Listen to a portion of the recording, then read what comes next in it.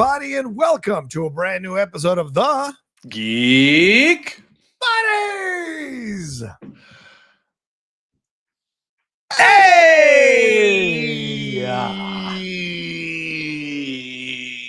It's Geek Buddies. Hey, everybody. It's me, Shannon McClung.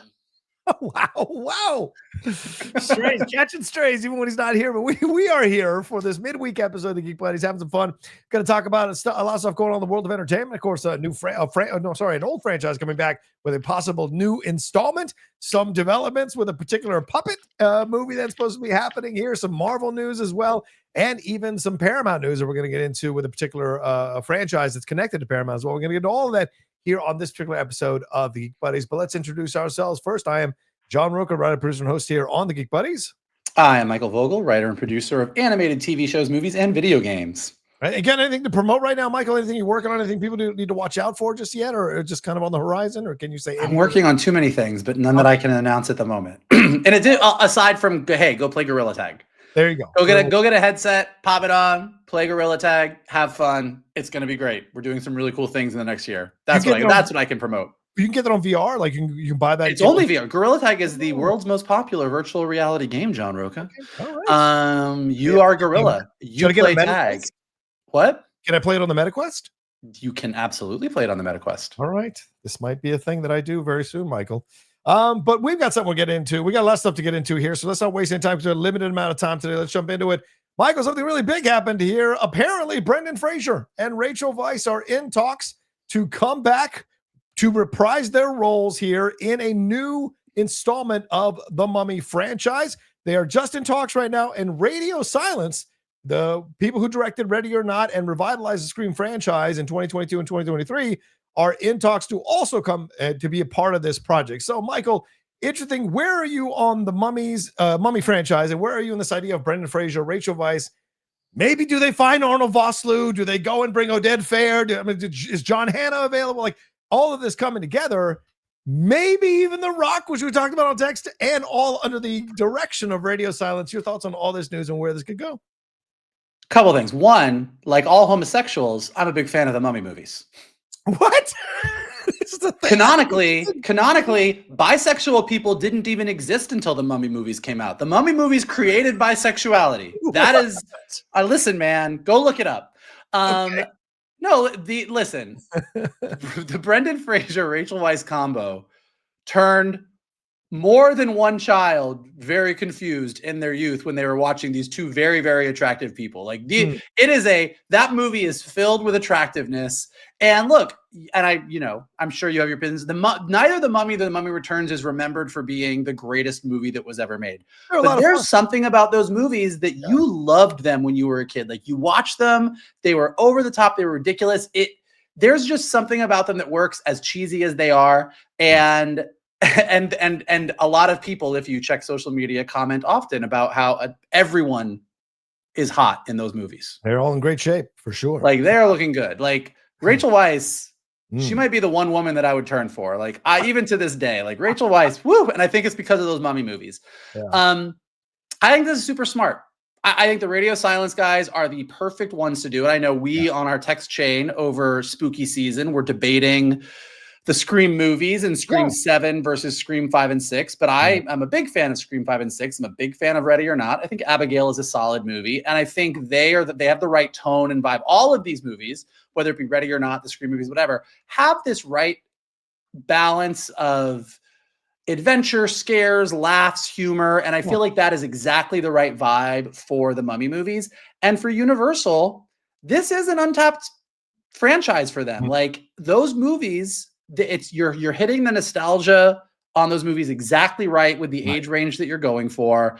If you went to the movie theater and you saw a trailer and Rachel Weisz and Brendan Fraser came out, you would be all in. And Brendan Fraser, a few years ago, I don't think there would be excitement about Brendan Fraser returning to this role, but he's done a really good job in the past few years. I know he has that big movie coming out in a couple weeks, that indie film that's coming out. And I think he's done a really good job of sort of clawing his way back into the stardom that I think he rightly deserves. Yeah. And I think that just all signs are pointing towards this could be a big, big hit for Universal.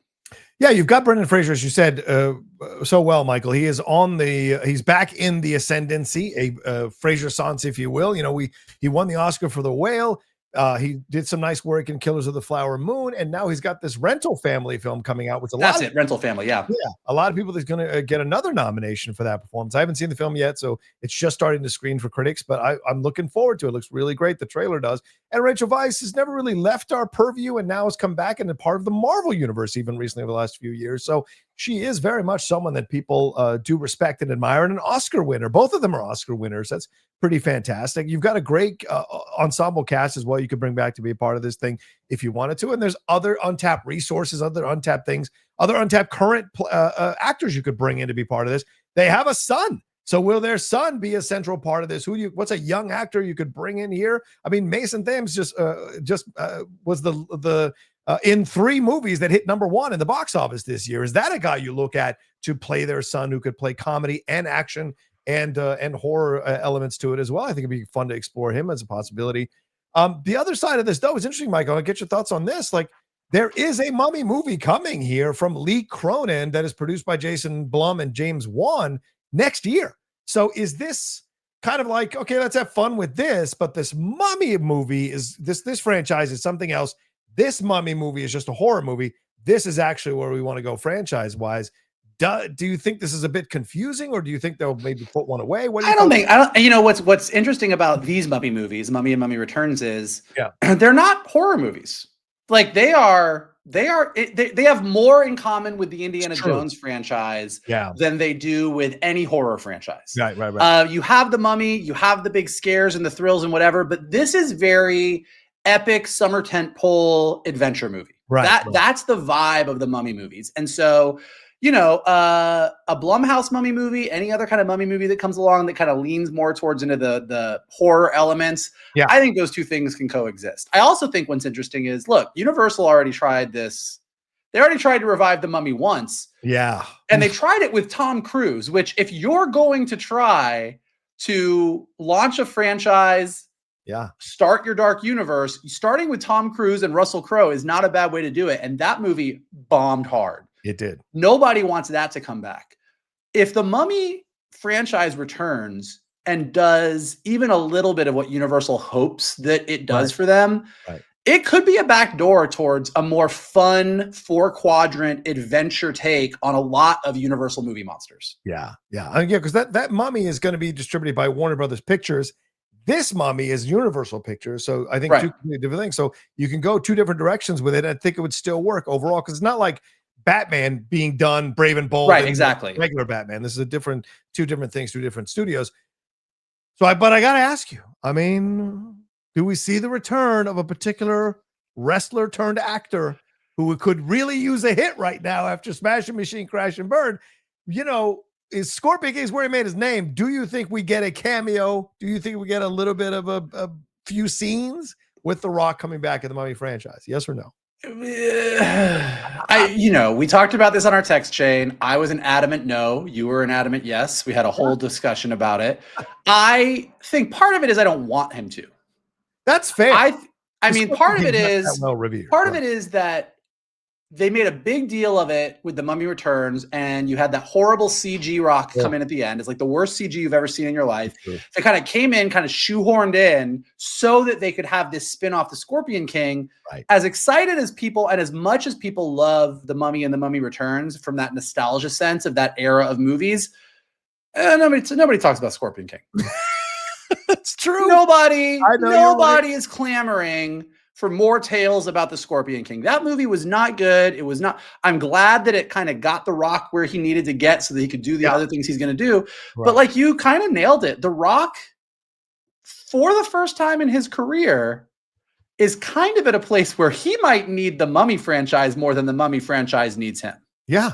Ironically, the circle has gone all the way around again, because he needed the Mummy franchise when he first was breaking in to give him a little credibility, to see what he could do as an actor. Now he's come all the way back around, where it could be that he needs the Mummy franchise again, but he's a much better actor now and a much more interesting person. So I think there's a way to do it, although he's very tied to Imhotep, and I don't know if Imhotep is even going to come back. So you could maybe find a way to do it, but you'd have to be really smart on how you did it, because you're right. People have a very bad taste in their mouths about the Scorpion King. But I'll tell you why I wouldn't do it. I mean, like, look, there's a universal executive answer, which is like, guys, let's just stack the deck in our favor. Let's put The Rock in the movie. But Black Adam and some of it, like, you can't make that argument anymore. He's not a guarantee. And the bigger issue, I think, is The Rock's ego is the bigger issue.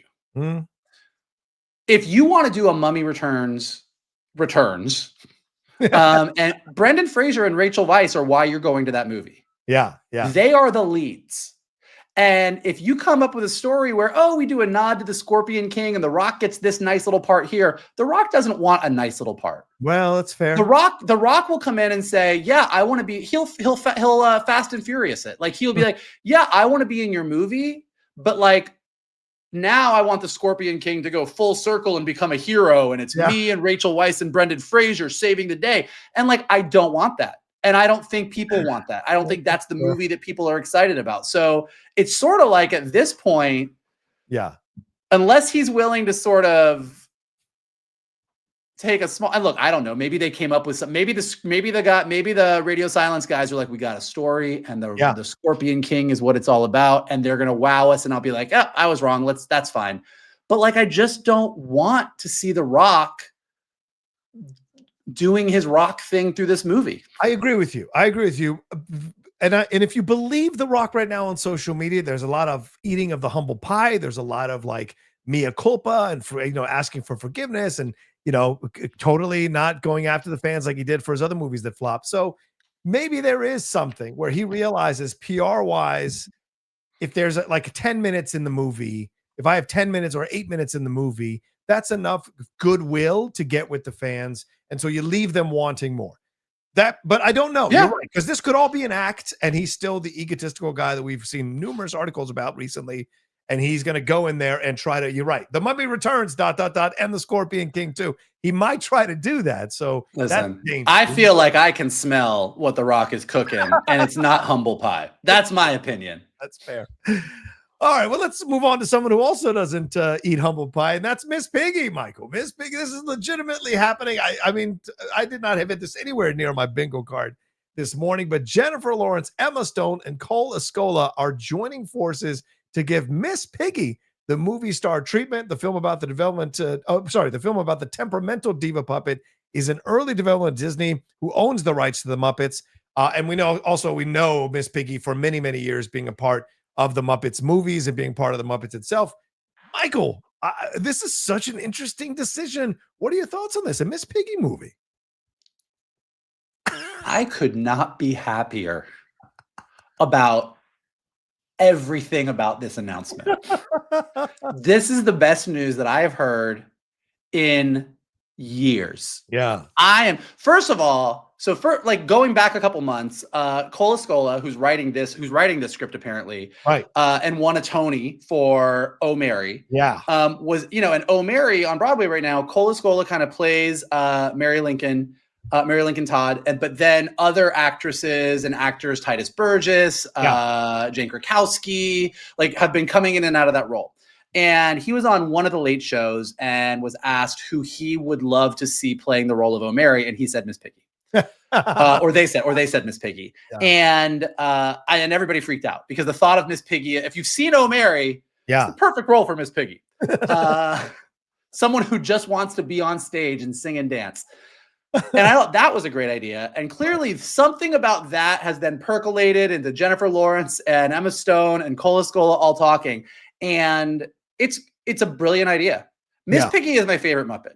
I met Frank Oz I did meet Frank Oz at the Inside Out 2 premiere party. I have never been so starstruck. I've met some pretty big people. I have never been more starstruck than Frank Oz. Wow. And I went up and kind of introduced myself to him. And we talked about Bert and Ernie. We talked about Fozzie. We talked about him directing In and Out. We talked about him directing Little Shop of Horrors. But then I was like, I got to tell you, I love Miss Piggy. Like, I love Miss Piggy. And I think you brought so much, like, this is me at a party. Poor Frank Oz. trapped in a corner of me. I'm like, you brought so much dimension to Miss Piggy. But he did. Like Miss Piggy, and you go back, you watch the Muppet shows, you watch the Muppet movie, particularly the Muppet Caper.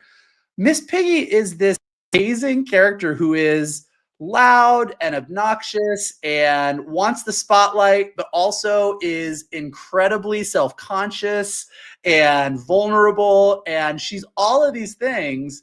And I know I'm talking about a felt pig, but like she's a great character and she's sustained. I think she's like 70 years old now. Yeah. And I think focusing on her for some movie with the voice of Cole Escola behind it is just a win across the board. And it's important because the Muppets are kind of in that weird place as a franchise where if you grew up loving them, there's a lot of love for them. But Disney has tried a bunch of different things at varying degrees of success. There was that short-lived ABC show, The Muppets, which was a little bit too adult for people. People weren't a fan of that. They did a Muppet show on Disney Plus, but people didn't really watch it. They did do Mayhem, the Electric Mayhem show. Oh, yeah. Which I think was one of the best pieces of Muppet content since like Muppet Christmas Carol. Right. And so like they've tried to find their place. And I do think where the Electric Mayhem show worked really well was they just focused on the Electric Mayhem. They didn't try and do all of the Muppets. Right. And so I think really focusing on Miss Piggy and trying to tell the Miss Piggy story in a weird way is kind of brilliant. Well, I think it's unique in its approach because it's always been Kermit is the lead of all these movies, right? And yeah, of course, at times Miss Piggy is kind of a co-lead, but not the main lead. So this idea of exploring this as a possibility, especially now in 2025, and of course, by the time this comes out, 2026, 2027, it'd be fascinating a woman's point of view, about all these things that are going on, and especially Miss Piggy, who's someone who is, shall we say, a complicated character who does try to stand for the right things, but also needs to have her ass kissed a lot. So it's like it's this thing you're walking. So there's so much room for comedy in this situation, and she's always funny when she's in a fish out of water type of situation where she's not as comfortable and she has to figure out all these things. And so I think there's a lot of ways you can explore that. And you're right, Cole Escola with that Oh Mary stuff, which I've seen clips of. I haven't seen the show, obviously, but I've seen clips on. Oh my God, that show is so funny. Right? It is so funny. So it's like, oh, this is a brilliant approach to work it this way. And Jennifer Lawrence is such a fan of Cole Escola. You get someone as talented as Jennifer Lawrence behind this, Emma Stone. These are very, very talented people that are behind this. So there could be some really funny commentary about our world, along with a touching story and a funny story about what her arc is and what her journey is in the film. So yeah, I'm excited. I mean, listen, I would love nothing more than if the entire movie was it's set in Hollywood and there's some big summer tent pole and everyone's going out for it. And Jennifer Lawrence, Emma Stone, and Miss Piggy are all going out for the same role. And it just goes off the rails. I would be like, sign me up for this movie. Like but it is like, I want the Muppets to do well. I know Seth Rogen is doing a special for Disney Plus to celebrate the Muppets' big anniversary. And I think Sabrina Carpenter's attached to that. And the Rock and Roller Coaster at Disney Studios in Florida is Aerosmith is out, and they're putting the Muppets in there since they closed down Muppet Vision 3D. Oh, that's right. And look, I don't know if today's kid is into puppets. Like, I don't know that the Muppets are ever going to resonate with a younger audience. So they do sort of have to find their niche. Yeah. But this is a great way to do it. So I honestly, of all the stories we are talking about today, and for all of the Marvel and Star Wars and DC shit that we talk about, Miss Piggy getting a movie with Jennifer Lawrence and Emma Stone with Cole Escola writing it is the best news I've heard. I love it. I'm all in. All right, we'll see. It's still in the early stages of development. Wait, important question, John. Yes, go ahead. Who is your favorite Muppet? Oh, it's always going to be Fozzie, bar none. It's always going to be Fozzie. I just love him. I always just feel connected to that guy for all the things he goes through, and the jokes and the desire to just be seen as talented as everyone else, but doesn't quite always get there. I just love him for that. Yeah, that's my favorite. All right, that's fair. I'll say Miss Piggy is my favorite, but I relate to Kermit the most. Of course, you relate to Kermit the most. He's from Florida. Listen, go watch the Muppet movie. He starts in Florida. He wants to move to Hollywood and make movies. He goes on a journey. He meets a lot of friends along the way. He drags them with him to Hollywood. And then he makes people happy. I will say my second favorite, real close, is Ralph the dog. I just love Ralph the dog. Ralph was pretty great. All right. What do you got? Pepe the King Prawn is sort of my later in the year's Muppets favorite. He has risen up the ranks, even if he has sort of replaced Rizzo's role in the Muppets. But he's still. I do like Pepe. Yeah, and Sam the Eagle, of course. I mean, come on. Well, anyway, come on. Sam the Eagle voted for Trump. You know, just so we're clear. Yeah, he did for sure. All right, well, let's move on from that. Let's talk about something that is close to our hearts, man. It's Star Trek, and there's some news here about this. Variety did a pretty exhaustive article led by Tatiana Siegel and Matt Donnelly and others there who explored the first 100 days of David Ellison's control of Paramount after he purchased it for Skydance. And there's talk about the Star Trek situation. And according to the article, the J.J. Abrams version of Star Trek with Chris Pine, Zachary Quinto, and the rest of the ensemble are no more. They have, quote, moved on from the idea of bringing them all back for the J.J. Abrams reboot. The piece further goes into how Paramount Pictures is deprioritizing some projects, but they want to bring new focus to Star Trek, which they want to reinvigorate, and they've made it, quote, absolutely a priority for Paramount, and they would like to take a, quote, holistic approach across film and TV for Star Trek. You know, there was an S.J. Clarkson movie, a Matt Shakman movie, even Quentin Tarantino was possibly going to do a Star Trek movie, but this is the situation now. Michael, we have Starfleet Academy about to come out, so is that now a lame duck series? Because where we're going with Star Trek, it seems like Ellison and them want to make their own, put their own take out there. What are your thoughts on this? Yeah, I mean, I think that is. I mean, I think that this is going to take them time to figure out, and hopefully, if the Starfleet Academy show is good, which I'm very excited about, maybe we get a couple good seasons out of it. But it does feel like I'm torn, because when you read that article about David Ellison's first 100 days, there's a lot to chew on in there. Yeah, and some of it is good and some of it is bad. And a lot of it is really interesting. But the shift in what they're trying to do at Paramount is kind of fascinating, and what the vibe is going to be in the types of movies they're making, the tone of those movies, what it's going to be. And I do think that wisely, if you're looking at, you just bought Paramount, it's your shiny new toy, and you're looking at the franchises, their Star Trek is this giant gem that should be huge. And the way the Chris Pine movies have been treated is not great. I'm sure, like, internally there's been a lot of attempts, and they've tried and they just haven't been able to do it. And then you can't get actors because Zoe Saldana is on Pandora, and you know, like, there's just all of these things going on. But in general, like, that franchise had all of the potential in the world, and on the franchise side, it was squandered.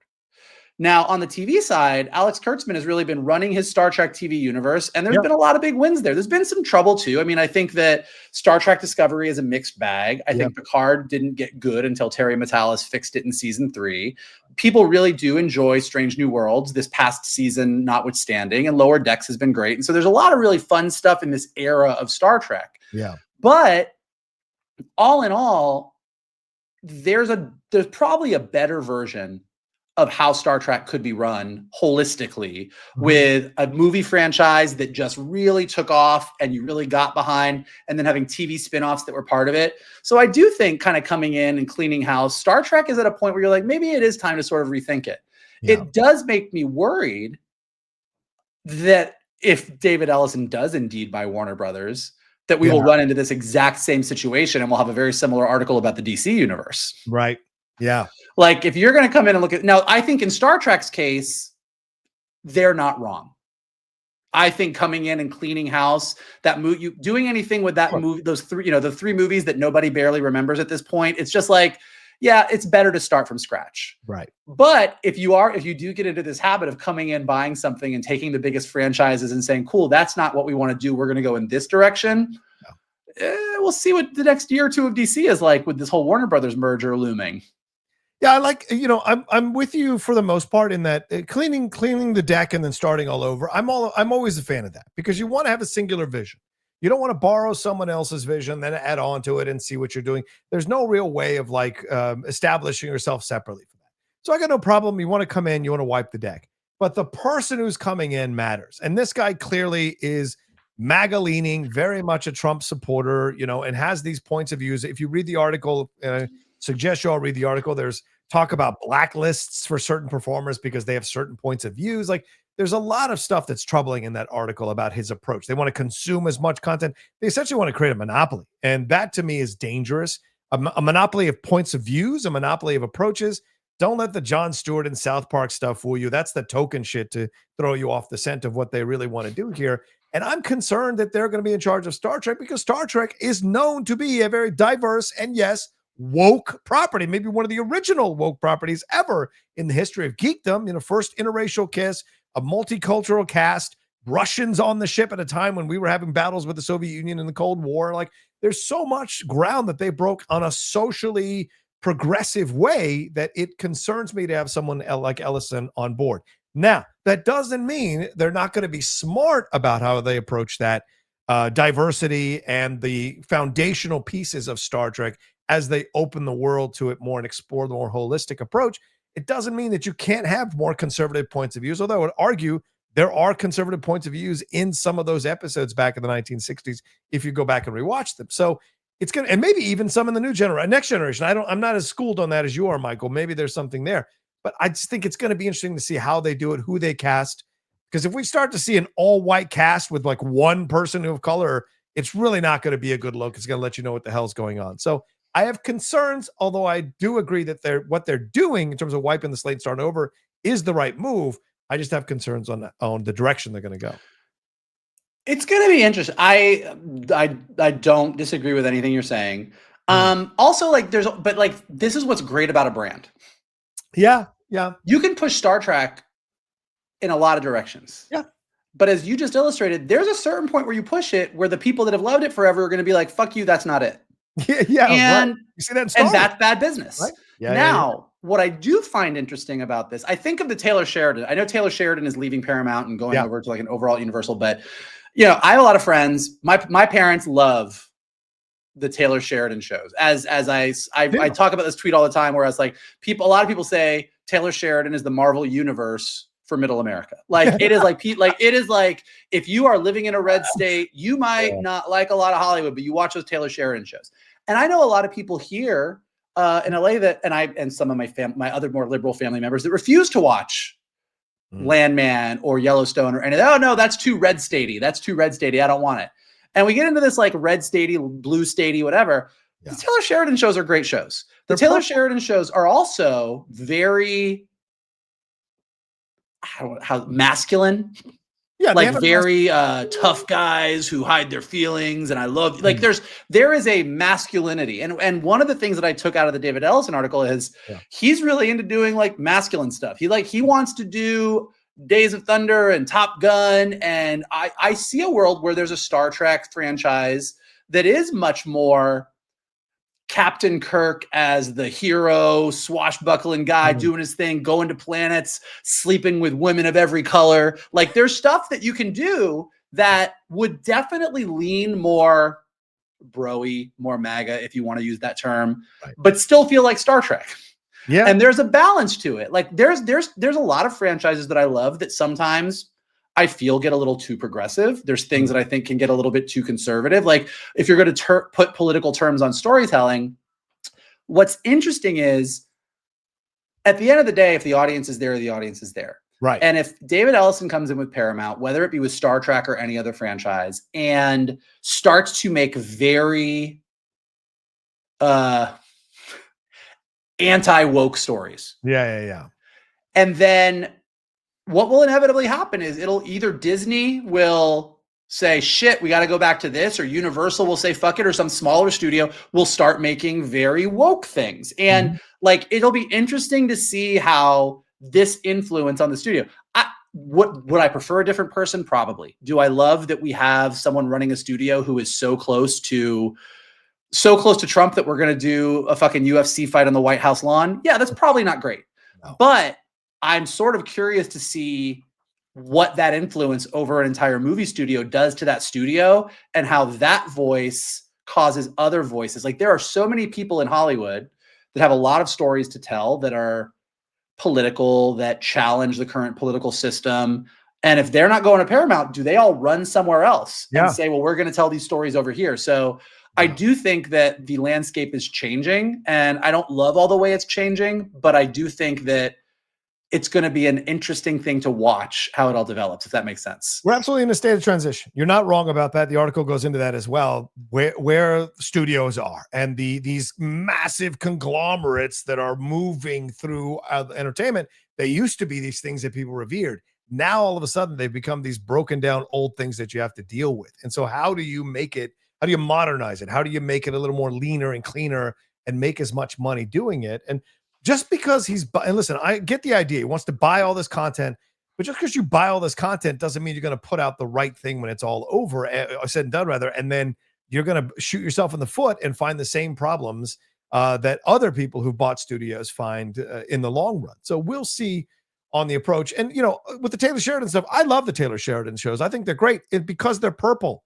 They're not red or blue. And when you watch them, you see, and you talk about masculine energy, you're right about that. But then you stuff like Lioness, which is very much all led by tough women. So I think the overall thing, but Michael, just to maybe massage something you said, is it's very much a tough energy. They want the tough energy. So they'll have female leads, but they'll have that toughness to them that stereotypically you see in other things, which I think that's what the overall energy is going to be, regardless of gender. But there'll probably be more male leads than there are female leads, but I think they'll all radiate this kind of toughness. So it could be interesting to add that element. It'll be interesting because here's what I do think. And when I say, I'm going to say this, I'm going to caveat it right away. I think when politics drives a story, it's usually a mistake. Yes, usually. That doesn't mean movies shouldn't have messages. Like Bob Iger's entire movies shouldn't have messages is just a stupid thing. Every movie has a message. Every writer is putting their perspective into things. Yes. But we even talked about it with this last season of The Boys. Like, you can tell when somebody's desire to talk about politics, whether you are liberal or conservative, it doesn't matter. Right. When your desire to talk about the current political climate that you live in outweighs your desire to tell a compelling story with characters. Agreed. And and people on the right and the left are both guilty of that. Yes. And if somebody comes out, so I do think in David Ellison's case, and with what they're going to do at Paramount, if they want to tell movies that appeal more towards the bro-y side of America, towards the more patriotic side of America, but they're still good stories, cool. Yeah. Then other people and other studios, I would hope, will then rise up to be like, I'm going to tell the more sensitive stories and the more progressive stories, but they all just still have to be good stories. To Taylor Sheridan, we could argue about the nuance of how we say it. He's not a red state or a blue state. You say he's purple. I would say he does appeal to a different demographic than a lot of other shows in Hollywood that are made appeals to. Sure. But I agree that I don't find him inherently political. I do find it a little bit more, tough pickup truck. Yes. Oh, country 100%. Music. Yes. You can go down the list. Yeah. There's not a lot of sensitive people even though there are a lot of feelings and talking about feelings in his shows, there's not a lot of sensitive characters. So you're not wrong on that realm. But I do love the shows because they test things. Having grown up in Southern Virginia, I am so excited for season 2 of Landman. Don't get me wrong. Yeah, exactly. And we'll see what Lioness season 3 brings us, which is thankfully happening as well. So we'll keep tabs on this and we'll see what's up with that. And I'm sure, Jeff and I will have a lot to break down in this article on the hot mic tomorrow night for sure. But for sure, I think we're both in agreement that from a movie standpoint, kind of giving Star Trek the hard reboot is probably the smart move. 100%. Your issue is who is rebooting it and what are they going to do with it? But conceptually, coming in and being like, we are not fucking with this anymore. It's time to do something new. Right. We both agree is the right thing. It's just how they do it. If you create a purple Star Trek, I'm all for it. There's no reason it can't have tough ass people in the future. I'm all for it. Just make it work. As you said, if your politics is driving you, it's not gonna usually work out. But if telling a good story drives you and you're having messages within the story, that can work out. So yeah, I think we're on the same page on that. Well, let's move on to some Marvel news, Michael. A lot of stuff's been popping up over the last few days about Marvel's Avengers Doomsday.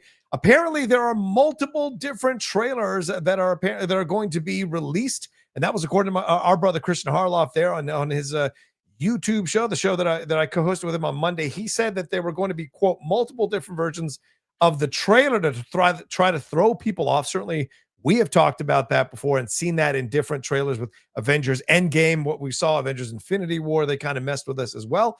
Also, Patrick Stewart's return as Professor X is supposed to be the final role that he will be involved in, and that 3 planets are colliding in the final multiverse incursion, which will result in the creation of Battle World in the movie. So let's just stop there. What are your thoughts on all those comments from Christian Harloff's sources there and what he's hearing? When we say multiple trailers are being made and they're going to choose what they release, or they're going to release a bunch of different trailers and confuse us, or like elaborate on this for me a little bit. It's the confuse us part that we're not going to be able to lock down and see what's the truth and what isn't the truth. So some of the stuff will feel like it's where it's going in one way, and I think they're doing it to throw the scent off before they drop the trailer for real, right? They're creating multiple trailers because stuff is leaking, as we're talking about now. Yeah, and so they're going to have a lot of stuff out there until the actual trailer drops, and then we're all on the same page. You know what I would love if they did? What's that? I would love it if you did like a trailer from different perspectives.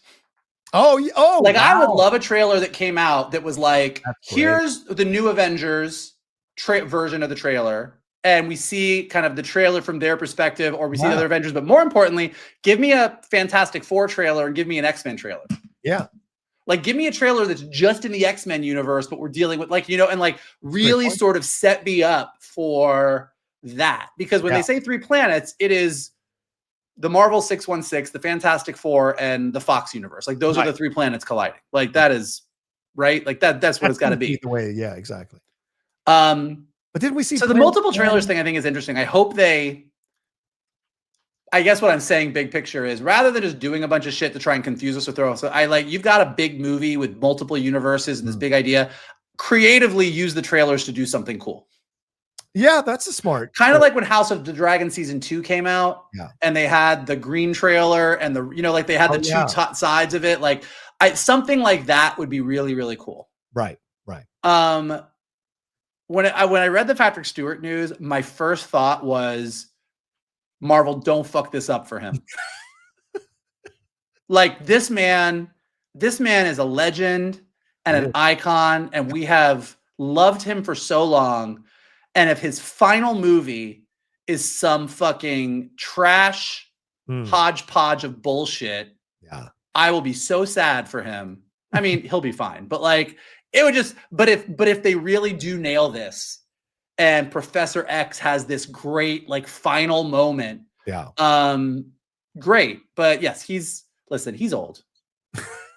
He's old. No, I mean, like I heard from somebody, I forget who told me this, but like it was during Picard season 3, and they were just saying that like look, Patrick Stewart is amazing in Picard season 3, but they were just saying that behind the scenes, like getting those shots and getting him where he needed to get, like what you don't see when you see an amazing performance from an older actor is let's walk him out to set. Let's get that it was his age was really showing on set.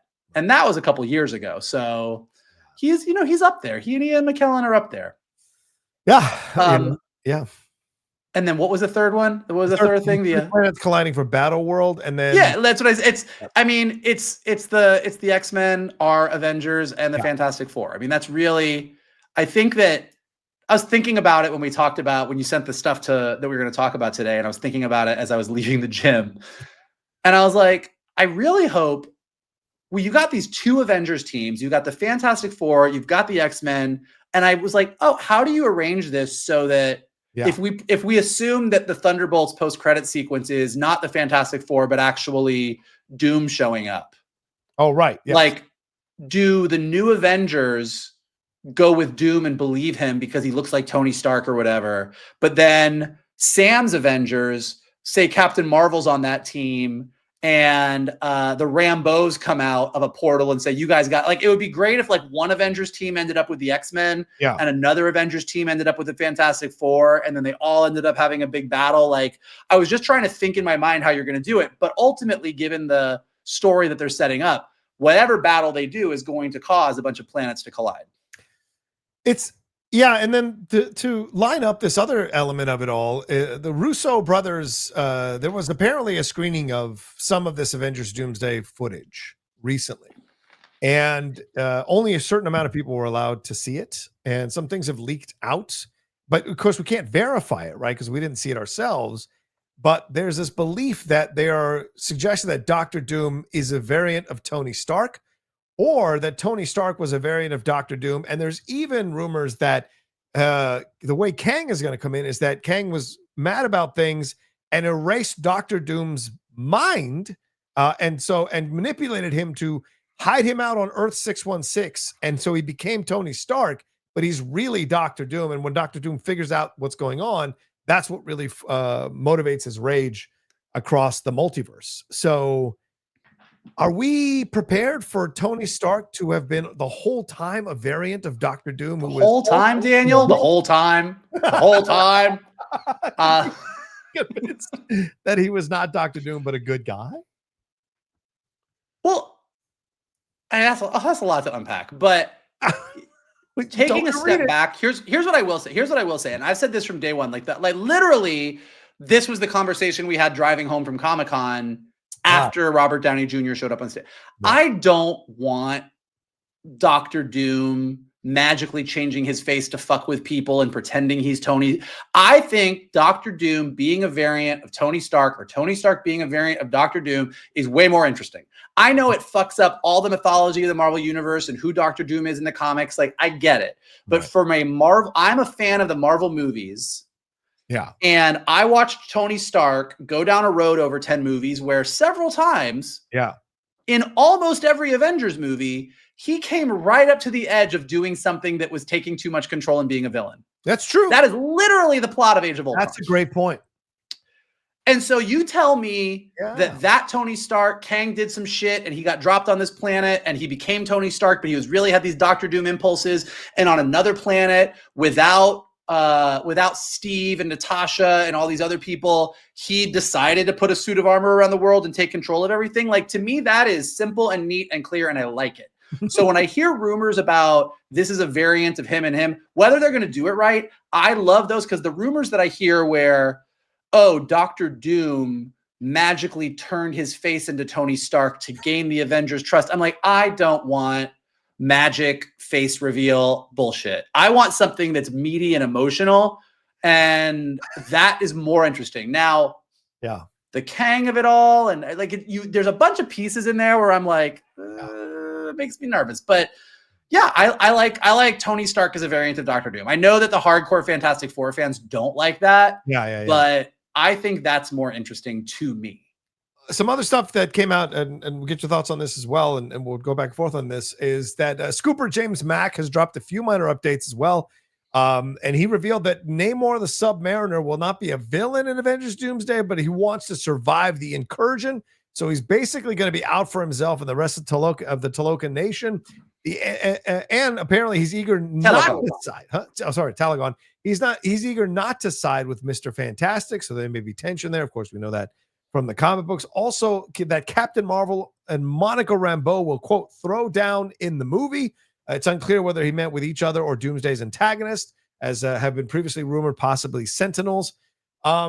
And that he hinted at the relationship speaking of Doom, the insider hinted at his relationship with Sentry by posting an image of the Joker and by suggesting that Bob will be on the villain's leash. So if he's got Sentry going through, so there's a lot here, man. There's a lot that they're playing around with, Michael, and they are just fucking dancing on the highest high wire with all these players. It is a high wire. It is a high wire. What was the first one? The first one was the most interesting to me. What did you say? It was Submariner. Submariner. Okay, so that sounds correct to me. And what I mean by correct is, if you read the 2 years of Avengers and the Illuminati comics that lead up to Secret Wars, when the Illuminati, which was Professor X, Beast, Black Bolt, Reed Richards, Tony Stark, Namor, Doctor Strange, like a bunch of guys that were like, we're going to make decisions for everybody in the most guy way they could. When they found out about these incursions and found out that you would have to destroy another planet if you wanted your planet to survive, every single one of them hemmed and hawed about the ethical, moral, should we or should we not? And Namor was like, fuck y'all, we should do it. Right. In the Namor was like, no, if it's us or them, you kill them. Right. That's what you do. So this Namor saying, I'm out for Telecon. Like I'm gonna protect my people, and I'm not getting into this. And if Reed Richards is like, we need to do this to save everyone, and he's like, fuck saving everybody, that feels right to me. It feels right for both the character that I met in Wakanda Forever, and it also feels right for the Namor I know from this run of the comics. Right. So I think that to me sounds correct. Okay. And I would put that rumor at high. Okay. Monica Rambeau and Captain Marvel are that relationship between the two of them that was set up in the Marvels, and the relationship that Captain Marvel had with Maria Rambeau, 100% is going to be a part of this movie. 100% is important. Like whether you liked the Marvels or not, Monica is with the X-Men right now with a variant of her mom, and her relationship with Carol Danvers is going to play into that. Whether that means Carol doesn't trust her because she's with these people that they think of as the enemy, or that's the thing that gets Carol to trust them, and then they throw down with somebody else. Like that is that relationship, the three of them. I'm looking at that as like that high on my list of things that they are going to be using in this movie. Okay. Now what about, go ahead. Finish up. What's the third one? The third one was Sentry being essentially a dog on a leash for Doom. That makes sense. Yeah. Like they've set up Sentry pretty big in Thunderbolts, and Thunderbolts was clearly written in a way that was setting up Doomsday. Yes. Like putting the new Avengers over here. Like, so a lot of the stuff that happened in Thunderbolts, you can look at as, this is not, oh, we set this up and we're going to figure out what we do with it down the road. It was like, let's get these characters here because the next thing they're going to be in is Doomsday. Yeah. And you know, in the post-credit sequence, they make it pretty clear that Bob is just hanging out, and and you can't get Sentry without the Void. Like it's a package deal. So if things go to shit and Bob has to Sentry up, you're just opening that up for a Tony Stark variant who understands science and magic to go, cool, I'm going to grab this guy and use him. So like that, all three of these sound high. Like these, you know, sometimes we hear rumors and I'm like, I don't know about this shit, but all three of these I would put pretty much like, oh yeah, that feels right. I think we're going to see that. I think that feels right to me as well, especially the Submariner stuff, because we know this. He's can be a very selfish guy, but we also understand why he's being selfish, because his culture has been attacked throughout the years and he's very protective of it. So you understand why he'd be this way. The Mr. Fantastic stuff is interesting. I don't know if they'll tease a relationship maybe that will not be a part of it, a kind of a threesome or triangle rather in that way. So I think they're going to have a threesome in the movie. In the movie, in Marvel, where nobody has sex, they're going to have a threesome. That's true. Nobody does have sex. So I think it'd be curious to see how that all plays out, and who's going to be allied with him, though. That's the other element of this, right? Who's going to be in cahoots with Namor? Because clearly there's going to be multiple points of views in this movie about things that are going on, and so I wonder which way they're going to explore that with him, and because he's a very powerful character. So, you know, he's going to maybe want to be aligned in one way or another to survive. And this will be fascinating. Like, does he see Doom as Doom is doing the things he's doing? Is Doom going to make concessions to get Namor on his side? And then we're conflicted as an audience looking at someone like Namor, because we go, well, I get it because he has to protect his people, but I hate that protecting his people is also going against the heroes that we like. So that's going to be an interesting way to explore that if they want to mess with the complexity of these characters. Here's what's going to be interesting about this story. Marvel and Disney on the movie side are not known for enjoying a morally gray area. Yeah, it's true. It's very true. It's not their vibe. What's great about the run leading up to Secret Wars is, like some of my favorite comic book arcs and stories, it presents a challenging ethical dilemma. Right. If you are doing everything you can to protect your planet, and you find out there is another planet coming to collide with your planet, and you can either kill everybody on that planet, billions of people, or if it touches your planet, you both die. It's not you don't get to protect everybody. Yeah. There's no, we're going to fix this for everybody. Either they die or they take you with them. Yeah. What do you do? Yeah. It's a good like question. it is easy to say, well, no, we're going to figure out how to save everybody. And that based on the rumors you're saying, Reed Richards is I've had to face these impossible decisions before. I'm going to figure out a way to save everybody. Right. Galactus gave me an impossible choice and I beat that guy. Yeah. And Namor is like, fuck that planet. This is my planet. Like, fuck them. Yeah. And that's interesting. If you allow it to be interesting. Right. Marvel traditionally kind of like with whether it be Civil War, they love to like touch a morally gray issue, but then go, no, it's fine. Yes. I've been saying that for years, especially on those TV. It would be interesting to see if they really went for that. I don't know that they're really going to, but yeah, the idea itself, just based on the source material, opens itself up to having a lot of those really challenging ethical dilemmas where, to your point, everybody has a really, really strong opinion and nobody is in agreement. Which I think makes for a much more interesting film and a much more challenging film for us as an audience. And I think I would argue that the only time we ever saw elements of that is in Endgame. We see that some of them have a point of view on what should be done, what should have not been done, and how this all has affected them. So it could be interesting to explore that in a Doomsday thing. One last thing. I know we got to wrap up here. So 60 seconds, Michael. The character, according to people who've seen a little bit of this footage, Dr. Doom is interpreted as a, quote, classic universal monster like the Phantom of the Opera, a tragic figure and a broken figure, and part of it is his armor. Doom must have the armor because he has a broken body. They went full universal monster with the interpretation. He needs the suit to actually function. Very Vader-like. So 60 seconds, your thoughts on this?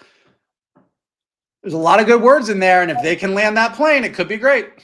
There you go. I do think people need to, none of us are under any none of us are really willing to give Marvel the benefit of the doubt at this point. I think a lot of us are watching everything happening with an arched eyebrow.